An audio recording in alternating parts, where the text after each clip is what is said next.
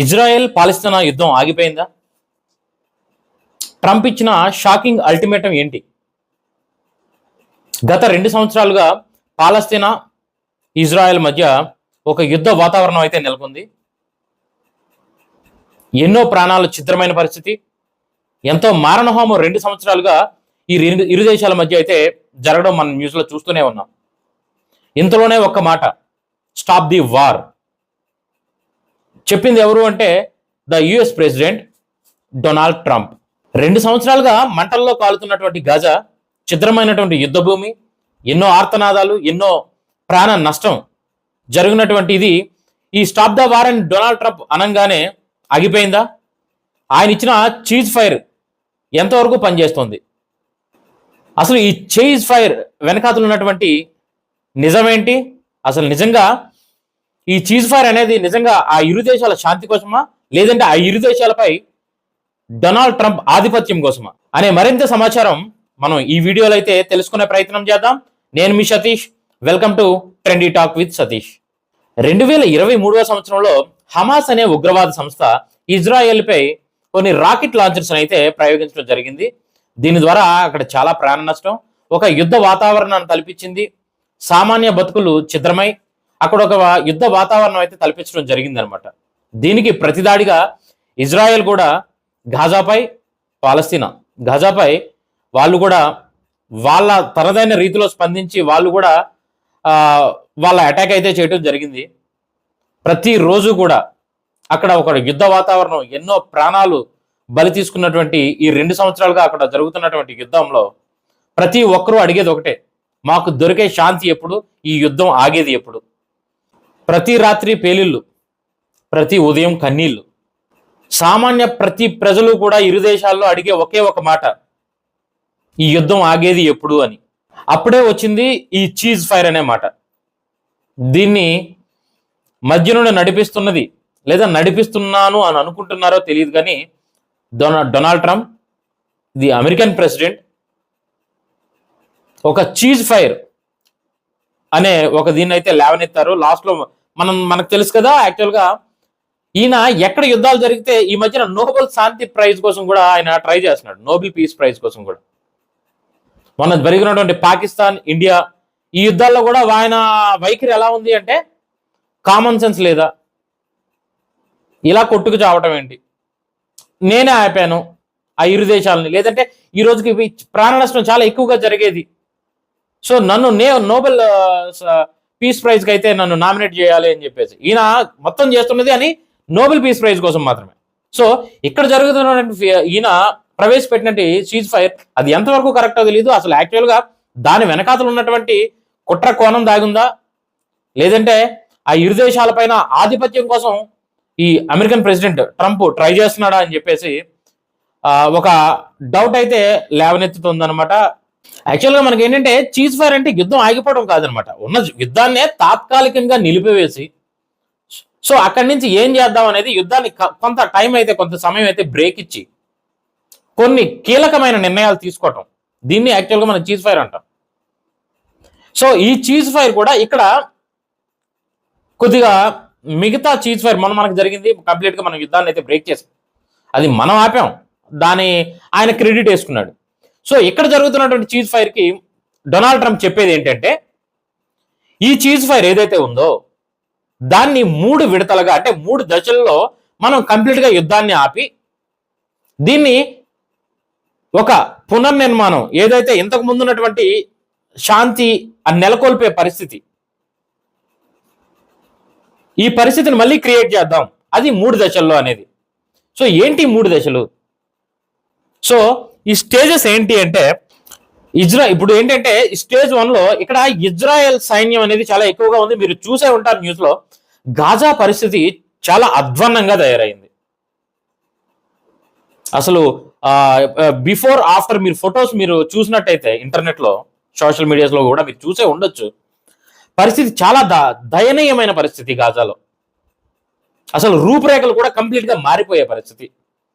So Israel అనేది ఒక ఆధిపత్య వైఖరిని అయితే ప్రజెంట్ అక్కడ కొనసాగించడం జరుగుతుంది. సో ఈ ఫస్ట్ దశలో చేయాల్సింది, స్టేజ్ 1లో చేయాల్సింది ఏంటి? As per Trump cheese fire ప్రకారం ఏంటి అంటే ప్రస్తుతానికి తాత్కాలికంగా కాల్పుల విరమణ. 2, ఇప్పుడు ఏదైతే ఇజ్రాయెల్ సైన్యం ఉందో అందులో చాలా వరకు సైన్యం తిరిగి వెనక్కి వెళ్ళిపోవటం. అంటే గాజా మీద ఎటువంటి ఈ ఆయుధాలతో కానీ క్షిపణులతో కానీ ప్రస్తుతం ఫైర్ చేసే పరిస్థితులు లేకుండా సైన్యాన్ని కూడా కొంత తగ్గించడం అనేది స్టేజ్ 1లో. స్టేజ్ 2 ఏంటి అంటే ఇప్పుడు ఇజ్రాయెల్ ఆధిపత్యం సంగతి పక్కన పెడితే ఇక్కడ జరిగినటువంటి ప్రాణ నష్టం ఏదైతే ఉందో ఈ గాజాలో ఈ ఇజ్రాయెల్ సంబంధించినటువంటి లేదంటే గాజాకు సంబంధించినటువంటి ఈ మిలిటరీ దళాలు కొంతమంది అయితే కొంతమంది అని చెప్పకూడదు, చాలా మంది కూడా ప్రాణాలు కోల్పోయే పరిస్థితి. ఇప్పుడు ఆ కోల్పోయిన బందీలుగా ఉన్న సైనికులు కొంతమంది ఉన్నారు, ప్రాణాలు పోయిన బాడీస్ కూడా కొన్ని ఉన్నాయి. ఏవి కూడా ఏ స్వదేశానికి కూడా ఇప్పటి వరకు చేరలేదు ఈ 2 సంవత్సరాల నుంచి కూడా. సో ఈ చీజ్ ఫైర్ స్టేజ్ 2 ఏంటి అంటే అక్కడ బందీగా ఉన్నటువంటి సైనికులు ఏ దేశానికి సంబంధించిన సైనికులు ఆ దేశానికి పంపించటం. 2, అక్కడ ఉన్నటువంటి ఆ డెడ్ బాడీస్ ని ఎవరి బాడీస్ ని వాళ్ళకి అప్పగించుకోవటం ఇరు దేశాల మధ్య. ఇదే చీజ్ ఫైర్ లో ఉన్నటువంటి స్టేజ్ 2. కానీ దీనికి ప్రస్తుతం ఏంటంటే మాకు టైం కావాలి అని చెప్పి గాజా అయితే ఈ చీజ్ ఫైర్ కి స్టేజ్ 2 విషయంలో ఇదైతే అంత తొందరగా జరిగే పరిస్థితి కాదు, దీనికైతే టైం కావాలి, చాలా ఉన్నాయి, ఐడెంటిఫై చేయాల్సిన పరిస్థితి ఉంది. సో స్టేజ్ 2కి అయితే కొంత టైం కావాలి అనేది. సో స్టేజ్ 3 ఏంటి అంటే హమాస్ ఏదైతే ఉందో ఉగ్రవాద సంస్థ ఫస్ట్ గా దాడి చేసింది ఇజ్రాయెల్ పైన, అదే ఉగ్రవాద సంస్థ, దాని పేరే హమాస్. ఈ హమాస్ సభ్యులు ఎవరైతే ఉన్నారో వాళ్ళకి కంప్లీట్ గా నిరాయుధీకరణ, డిజార్మమెంట్, అంటే ఏవైతే వాళ్ళ వెపన్స్ ఇవన్నీ కూడా వాళ్ళు కంప్లీట్ గా వదిలేయాలి. ఇది ఈ చీజ్ ఫైర్ కి సంబంధించినటువంటి డొనాల్డ్ ట్రంప్ ఇచ్చినటువంటి వివరణ. ఈ ట్రంప్ ఇచ్చిన ఈ వివరణ ఆయన ఏదైతే ప్రయత్నిస్తున్నాడో చీజ్ ఫైర్ కోసం, ఇంతకుముందు పాకిస్తాన్ కి మనకి ఇండియాకి మధ్యలో కూడా ఈయన చేసింది ఇదే. సో మనం కొద్దిగా గట్టిగా నిలబడటం వల్ల క్రెడిట్ అనేది కంప్లీట్ గా ఆయనకి దక్కలేదు. మన ప్రయత్నం అయితే మనం చేసి మనం కంప్లీట్ గా నిలిపివేసాం మనం చీజ్ ఫైర్, దేనికి అవసరం లేదు అనేసి. దీన్ని కూడా ఆయన ఖాతాలు వేసుకోవడానికి ట్రై చేశాడు. అంటే ఈయన ఏంటంటే రాజకీయంగా ఒక కంట్రీ పైన తన ఆధిపత్య వైఖరిని అయితే ప్రదర్శించే ఆయన బిహేవియర్ అనమాట. అది ఆధిపత్య వైఖరిని ప్రదర్శించే బిహేవియర్. మీరు రీసెంట్ గా సోషల్ మీడియాలో చూసే ఉండొచ్చు, గత మాజీ ప్రధాని యుఎస్ ప్రెసిడెంట్ అయినటువంటి బరాక్ ఒబామా, ఈయన తన ట్విట్టర్ తన ఎక్స్ లో పోస్ట్ చేశాడు. ఏంటి, ఆయన్ని ఒక పాడ్కాస్ట్ జరుగుతూ ఉంటుంది, ఆ పాడ్కాస్ట్ లో యుఎస్ ఆర్మీ వెళ్ళి కంప్లీట్ గా ఆయన హ్యాండ్స్ ని కూడా టై చేసే పరిస్థితి, టై చేసి ఆయన పట్టుకొని ఈడ్చుకొస్తున్నట్టుగా ఒక ఏఐ వీడియో క్రియేట్ చేశారు. సో ఏఐ అనేది ఎవరైనా క్రియేట్ చేస్తారు, అది వేరే విషయం. కానీ దాన్ని ఆయన ఎక్స్ లో పోస్ట్ చేశాడు ఆయన. సో దీనివల్ల ఆయన మెంటల్ కండిషన్ ఏ విధంగా ఉన్న పరిస్థితి మీరు అర్థం చేసుకోవచ్చు. ఆయన వైఖరి, ఆయన ప్రవర్తన, ఆయన మానసిక స్థితి ఎలా ఉందనేది ఈ మధ్య మీరు చూసినట్టయితే అమెరికాలో ఉన్నటువంటి మన భారతీయ విద్యార్థులు అవ్వచ్చు, లేదు అంటే అక్కడ మనకు ఉద్యోగాలు చేసుకున్నటువంటి ఎంప్లాయీస్ అవ్వచ్చు, వీళ్ళ మీద నిరవధికంగా దాడులు జరిగే పరిస్థితి ఉంది, జరుగుతున్నాయి ప్రజెంట్ కూడా. మొన్న మీరు చూసుండొచ్చు, యాక్చువల్గా ఒక రెస్టారెంట్ లో ఏదో జరిగితే ఆయన తల నరికి దాంతో ఫుట్బాల్ ఆడాడు. నిన్న కూడా ఒక ఫుట్పాత్ పైన ఒక పేవ్మెంట్ పైన నడిచెళ్తున్న ఒక ఇండియన్ ఒక పర్సన్ ని ఆయన డెడ్ గన్ షాట్ లో పాయింట్ బ్లాంక్ లో పెట్టి కాల్చిన పరిస్థితి. సో ఆయన వైఖరి ఏంటి అంటే ఆధిపత్య వైఖరి. సో ఈ చీజ్ ఫైర్ దేనికోసం ప్రవేశపెట్టిన పరిస్థితి కూడా ఇప్పుడు ఏంటంటే ఇజ్రాయెల్ లేకపోతే ఈ పాలస్తీనా ఏదో ఉంది కూడా వీళ్ళు కూడా ఆలోచించుకోలేని పరిస్థితి. ఆయన ప్రతిసారి కూడా ఎవరైతే ట్రంప్ ఉన్నారో ఇలాంటి పరిస్థితుల్లోనే ఆయన ఎంటర్ అవుతాడు అనమాట. ఇలాంటి సిచ్యువేషన్స్ లో అంటే అవతల వాళ్ళు కంప్లీట్ గా నిస్సహాయ స్థితిలో ఉన్నటువంటి పరిస్థితుల్లో ఆయన తాలూకు ఎంట్రీ ఉంటుంది పక్కాగా. ఏమంటే అగ్రదేశం, ఈ మధ్య వాళ్ళు ఏంటంటే అగ్రదేశం అనే ఏదైతే టైటిల్ ఉందో దాన్ని కోల్పోయే పరిస్థితి. మన రీసెంట్ గా రష్యాతో మనం క్రూడ్ ఆయిల్ ఒప్పందం అయితే చేసుకున్నాం. వాళ్ళు ఏంటంటే మనకి ఈ ట్యాక్సెస్ రేటుని కూడా కంప్లీట్ గా ఈ టారిఫ్ ని నియర్లీ 125% పెంచిన పరిస్థితి. సో ఇవన్నీ చూడలేక ఎక్కడైతే తన అగ్రదేశం ఏదైతే ఉందో దాని తాలూకా పట్టుని ఎక్కడ కోల్పోతామో అని చెప్పి ఇలా జరుగుతున్నటువంటి ప్రతి పరిస్థితిని కూడా ఆయన అందిపుచ్చుకొని ఆయన తాలూకా రాజకీయ ఆధిపత్యతని ఆ దేశాలపైన ప్రదర్శించే పరిస్థితి కనబడుతుంది. మొన్న లాస్ట్ గా మన పాకిస్తాన్ లో జరుగుతున్నటువంటి ఈ చీజ్ ఫైర్ అని చెప్పేసి ఆయనే తీసుకొచ్చాడు. అదే సమయంలో మీరు గమనించినట్టయితే పాకిస్తాన్కి ఆయుధాలు పర్చేజ్ చేసుకోవటానికి, ఆయుధాలు కొనుక్కోవటానికి $200 మిలియన్ సంథింగ్ ఫండింగ్ రిలీజ్ చేసింది అమెరికన్ గవర్నమెంట్. అంటే మీరు కొట్టుకు చావండి, మధ్యలో వచ్చి మేము చీజ్ ఫైర్ చేస్తాం, క్రెడిట్ మేము వేసుకుంటాం. ఏదైతే దేశాలు ఇరు దేశాలు కొట్టుకు చేస్తున్నాయో అందులో ఏదో ఒక వీక్ గా ఉన్న దేశానికి మేము సపోర్ట్ చేసి మేము ఆయుధాలు అయితే సప్లై చేస్తాం. సో ఎక్కడ జరుగుతున్నటువంటి చీజ్ ఫైర్ పైన కూడా ఇప్పుడు రష్యా, ఇరాన్, మన ఇండియా ఇటువంటి దేశాలకి అయితే మాత్రం ఇదే డౌట్స్ అనేవి వస్తున్నాయి. ఇదంతా ఒక ఆధిపత్య ధోరణి, ఆధిపత్య వైఖరిని ప్రదర్శించే పరిస్థితి డొనాల్డ్ ట్రంప్ది. సో ఈ పరిస్థితుల్లో కూడా ఒక షాకింగ్ ఎంట్రీ ఇజ్రాయెల్ పార్లమెంట్ లో. ఇజ్రాయెల్ పార్లమెంట్, క్నాసెట్ అంటారు, ఇజ్రాయెల్ క్నాసెట్ అంటే ఇజ్రాయెల్ పార్లమెంట్. ఈయనలో సడన్ ఎంట్రీ అనమాట డొనాల్డ్ ట్రంప్ది. ఈయన ఒక సినిమా సీన్ క్రియేట్ అక్కడ. సో పార్లమెంట్ లో ఎంటర్ అయ్యి ఈయన చెప్పింది ఒకటే ఒక మాట, పార్లమెంట్ లో ఒక మాటకైతే పిలుపునివ్వడం జరిగింది. The war ends today, the peace begins now. ఆయుధాలు సప్లై చేస్తాడు ఈయన, ఫండింగ్ రిలీజ్ చేస్తాడు ఆయుధాలు కొనుక్కోవడానికి. తిరిగి ద పీస్ బిగిన్స్ నౌ అంట. ఇదంతా కూడా ఈయన చేసింది ఏంటంటే నోబెల్ పీస్ ప్రైజ్ ని బ్రెయిన్ లో పెట్టుకొని ఇలాంటి చిన్న చిన్న దేశాలపై ఈయన పీస్ ఇస్తాడు. దీంతో ప్రపంచం అంతా కూడా ఒక సెకండ్ అయితే ఆశ్చర్యానికి లోనయ్యే పరిస్థితి. అమెరికన్ పార్లమెంట్ కూడా అఫీషియల్ గా ఒక ప్రెస్ నోట్ రిలీజ్ చేసింది. ఏంటి ఆ ప్రెస్ నోట్? ఈ చీజ్ ఫైర్ వెనకాతల డొనాల్డ్ ట్రంప్ హస్తం ఉంది, ఆయనే పీస్ కోసం ప్రయత్నించిన పరిస్థితి. ఈ చీజ్ ఫైర్ లేదంటే ఈ రెండు దేశాలు కూడా ఈ రోజు ఈ పరిస్థితిలో ఉన్నాయంటే కారణం డొనాల్డ్ ట్రంప్, క్రెడిట్ మొత్తం ఈయనదే. తర్వాత ఈయన ఒక స్టేట్మెంట్ చేశాడు అదే క్నేసెట్ లో, ఇజ్రాయెల్ తాలూకా పార్లమెంట్ లో ఈయన చేసిన ఒక స్టేట్మెంట్ మీరు చూసినట్టయితే ఒక పక్క పీస్ అని చెప్తూనే ఇంకొక పక్క ఆయన చేసిన స్టేట్మెంట్ ఏంటి అనుకున్నారు? If doesn't Hamas disarm, we will disarm them quickly and maybe violently.